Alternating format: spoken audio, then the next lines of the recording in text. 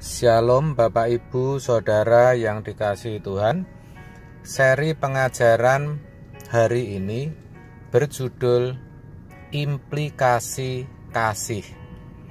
Tentu sebagai orang Kristen kita tidak boleh lagi meragukan kasih Bapa dan kasih Kristus, yang mana keduanya sehakikat. Artinya memiliki maksud dan tujuan yang sama.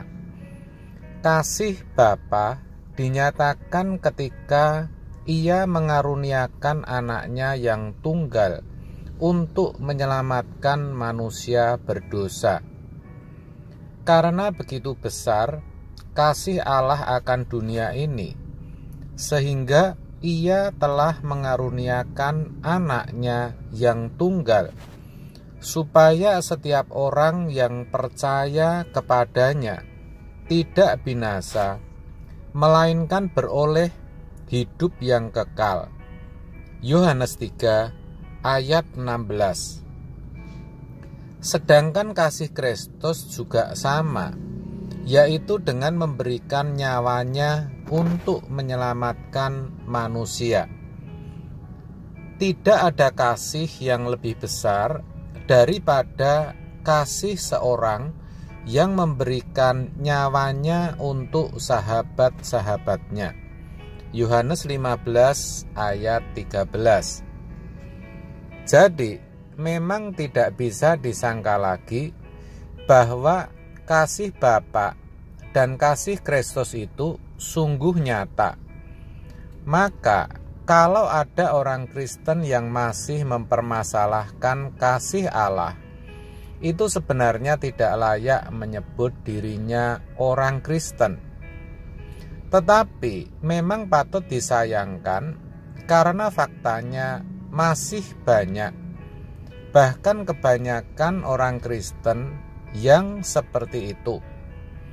Buktinya, ketika mereka menjadi orang Kristen, mereka pergi ke gereja, tujuannya hanya untuk mencari berkat saja. Bagaimana bisa hidup nyaman, keinginan dan cita-citanya terpenuhi, tidak ada masalah, terhindar dari bencana, kecelakaan, dan sebagainya. Padahal terkait akan hal itu dituliskan dalam Roma 8 ayat 32. Ia yang tidak menyayangkan anaknya sendiri, tetapi yang menyerahkannya bagi kita semua, bagaimana mungkin Ia tidak mengaruniakan segala sesuatu kepada kita bersama-sama dengan Dia? Jadi, kalau anaknya saja diberikan, apalagi yang lain, saudara. Harusnya kita sebagai orang percaya menyadari akan hal ini.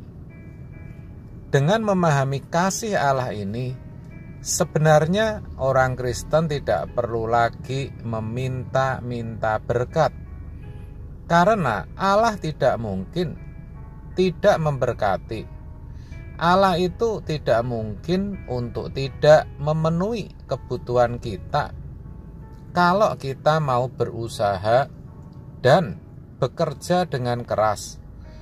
Karena itulah aturannya, karena itulah hukum Allah, hukum kehidupan. Allah tidak mungkin untuk tidak menyembuhkan penyakit kita, tidak mungkin untuk tidak menyelesaikan masalah kita, tidak mungkin untuk tidak menjawab doa kita, kecuali ada maksud tertentu, yaitu demi kepentingan hidup yang kekal, demi membela agar orang tidak binasa, demi agar orang bisa dikembalikan ke rancangan semula, demi memurnikan imannya atau menjadikannya anak-anak Allah yang sah. Ini harus dipahami betul. Sekarang kalau Allah dan Kristus telah menunjukkan kasih-Nya kepada kita, Apa implikasinya bagi kita? Apa yang harus kita perbuat bagi dia? Jadi begini saudara, kalau Allah telah memberikan putra tunggalnya dan Kristus telah memberikan darahnya, maka kita juga harus mau memberikan hidup kita. Segala sesuatu yang menjadi milik kita harus kita berikan kepada Tuhan. 2 Korintus 5 ayat 15 berkata, "Dan Kristus telah mati untuk semua orang, supaya mereka yang hidup tidak lagi hidup untuk dirinya sendiri, tetapi untuk Dia yang telah mati dan telah dibangkitkan untuk mereka."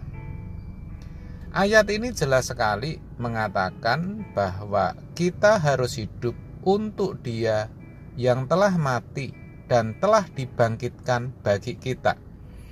Inilah sebenarnya maksud dan tujuan keselamatan itu diadakan. Pertanyaannya, bagaimana caranya? Caranya, kita tidak boleh terikat oleh apapun dan siapapun juga, kecuali oleh Dia.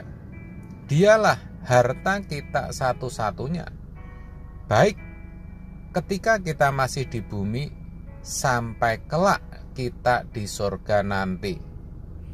Terkait dengan hal itu, Tuhan Yesus berkata dalam Lukas 14 ayat 33, "Demikian pula lah tiap-tiap orang di antara kamu yang tidak melepaskan dirinya dari segala miliknya tidak dapat menjadi muridku." Itulah implikasi daripada kasih yang sudah kita terima. Sebab itu, melalui kebenaran ini, saya ajak saudara, daripada kita fokus kepada berkat-berkat jasmani saja dan selalu menuntut atau meminta-minta kepada Tuhan, lebih baik kita lepaskan segala sesuatu yang menjadi milik kita dan mempersembahkan segenap hidup kita bagi Tuhan. Amin. Tuhan Yesus memberkati.